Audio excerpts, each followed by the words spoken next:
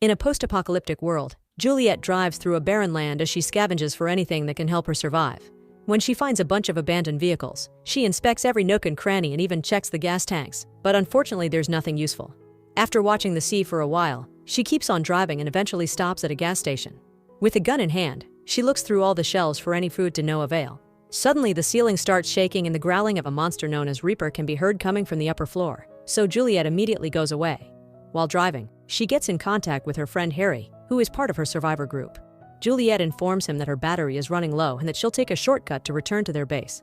Moments later, she stops the car when she spots an abandoned RV and takes a closer look, only to find a severely wounded man. As she threatens him with her gun, she demands to see his wound and asks where the Reaper went, to which the guy replies he's locked it inside the RV. He also points out there are cans of food in the RV before asking her to end his suffering, but Juliet just tells him she must save bullets so he can die by uncovering his wound. Then Juliet enters the RV and fights the Reaper, causing the vehicle to shake a lot as she struggles but ultimately killing the creature with a shot. When she comes out, the man is dead. After taking all the supplies she can find, Juliet goes back to the road and drives while looking at a picture of herself with a guy. Suddenly the wind blows the picture away, causing Juliet to get distracted as she tries to catch it, and she ends up with the car going off the road, flipping a few times before landing upside down. Juliet faints and dreams of her life before the apocalypse. On a rainy day, she visited an art gallery but couldn't understand the paintings. She then was approached by the gallery owner Jack, who is also the guy from the picture. He could tell she didn't understand art, so Juliet admitted she came inside to escape from the rain and get some free food. Jack found her amusing and shared a drink with her while explaining how to find beauty in the paintings. Back to the present, Juliet wakes up to discover her leg is fractured and stuck in the seat. It's also dark outside, which means the Reapers will be coming out soon, and she can't defend herself because her gun has fallen out of the car so she can't reach it. Juliet tries to move her leg but it's too painful, so instead she tries to use the radio, but it isn't working. Using a stick and some wire, Juliet reaches for the gun and manages to move it a bit, but unfortunately her tool breaks before she can retrieve it. Then another flashback starts, showing how Jack left in the middle of the gallery opening to grab a bike with Juliet. She accepted to go to his apartment and she was shocked to see how beautiful and expensive everything was. She also found his drawings, which showed his great artistic skill. While having some wine and cheese, Jack shared all his family drama and how he handled the inheritance. Juliet explained she had no family, but she found it hard to open up and Jack's questions made her uncomfortable, so she decided to leave. In the present, Juliet decides to put up with the pain and uses a pipe to free her broken leg. Then she makes a tourniquet and washes the wound with some alcohol before painfully pushing the bone back into place. A new memory begins, during which Juliet went to a bar with a random man. She noticed that Jack was also in the bar, but she ignored him. When Juliet left with the guy, Jack followed her and discovered the man paying Juliet in exchange for some substance. The guy also tried to kiss her, but Juliet angrily turned him down. Then Jack continued to follow Juliet on the train and eventually reached a very shady neighborhood. Juliet bought more substance from a guy, confirming she was a dealer. At that moment Jack showed himself, so Juliet allowed him to come with her into the building, where she had to pay another dealer before being able to enter her apartment. Inside, Jack discovered how poor Juliet was and offered his help, but Juliet snapped, saying she wasn't a charity case. She tried kicking him out, but Jack refused to leave, so Juliet grabbed an injection to reveal she was also an addict. This caused Jack to get out. Back to the present, Juliet manages to make an improvised cast with things from the car. Then she works on fixing the radion, but sadly nobody answers her call. At that moment she hears a Reaper approaching, so she quickly crawls out and grabs her gun before hiding in her car. Juliet stays quiet while the Reaper wanders too close to the vehicle, and suddenly the radio comes alive with Harry's voice. The Reaper hears it and comes her way, so Juliet has no choice but to throw the radio out of the car.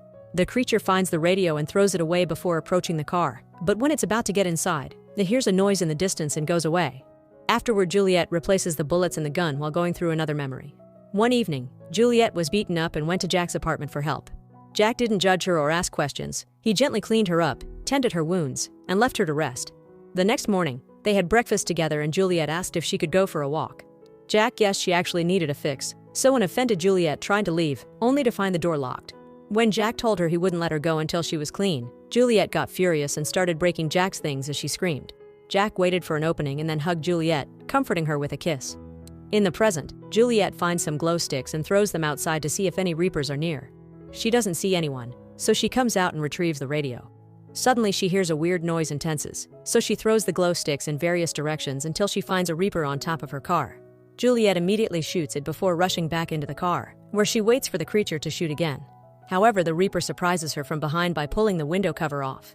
A terrified Juliet tries to move, but the Reaper grabs her leg, so she retaliates by starting the car and pressing the accelerator, causing the wheels to hurt the creature. The Reaper runs away and Juliet tries to shoot it, but she misses. While she's looking out, the Reaper sneaks inside through the opposite window and growls, startling Juliet into shooting it.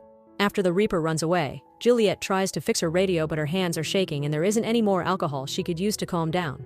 Another flashback begins, showing that Jack and Juliet became a couple and moved to a brand new house together. Juliet had been very nervous during the move, so Jack touched her face to make her smile. Then he gave her a tour of the house and mentioned one room was for their future children, which made Juliet very uncomfortable. Jack also wondered if she would ever say that she loved him, but Juliet told him he already knew. Back to the present, Juliet fixes the radio and contacts Harry, although she can't hear him well.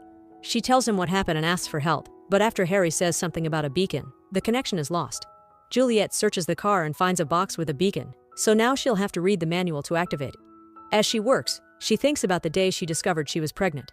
The couple was very happy to see the positive results on the test, but unfortunately 9 months later the baby died during labor and the couple had to go home to an empty nursery. In the present, Juliet manages to make the beacon work. Then she barricades the windows just in time for the creature to come back. After seeing her through the windshield, it moves to the window and tries to push the cover, so Juliet pushes it down with her feet. The Reaper decides to start hitting the car instead, and at that moment Juliet gets a call from Harry, who tells her they'll save her soon and reminds her to use light on Reapers. Juliet knows this, but her flashlight is broken. Suddenly she hears a noise and turns to discover that the creature has broken the windshield, so now it's coming after her from the front. Thankfully now Juliet can turn on the headlights, and a brightness scares the creature away.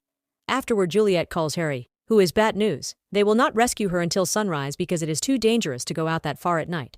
This triggers another memory. Since the loss of the baby, things had been tense between Jack and Juliet, and one day she just ran away. Jack managed to find her and an argument ensued, during which Juliet admitted she didn't really want a child and Jack pressured her into it. Furious, Jack walked away from the car, intending to take the subway alone. He blamed Juliet's former addiction for the baby's death and broke up with her. Back to the present, Juliet hears an engine nearby and begins hunting the horn to get its attention. 2 men on a bike stop next to the car and one of them comes inside saying he'll help, but he turns out to be a cannibal who wants to kill her. As Juliet struggles to stop him from stabbing her, the Reaper comes back and drags the guy out to crush his skull.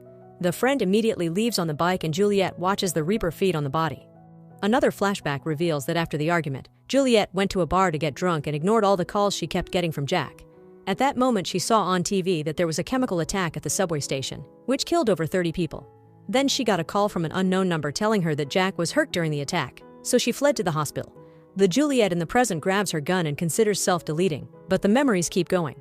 When she arrived at the hospital, she learned Jack couldn't speak anymore, but he still communicated. He touched her face with his special gesture through the curtain and then used a board to say "I love you." For the first time, Juliet answered "me too." Jack also made her promise she would never give up, and that makes present Juliet put down the gun. Determined to keep her promise, Juliet takes a flare plus 2 gas containers and leaves the car.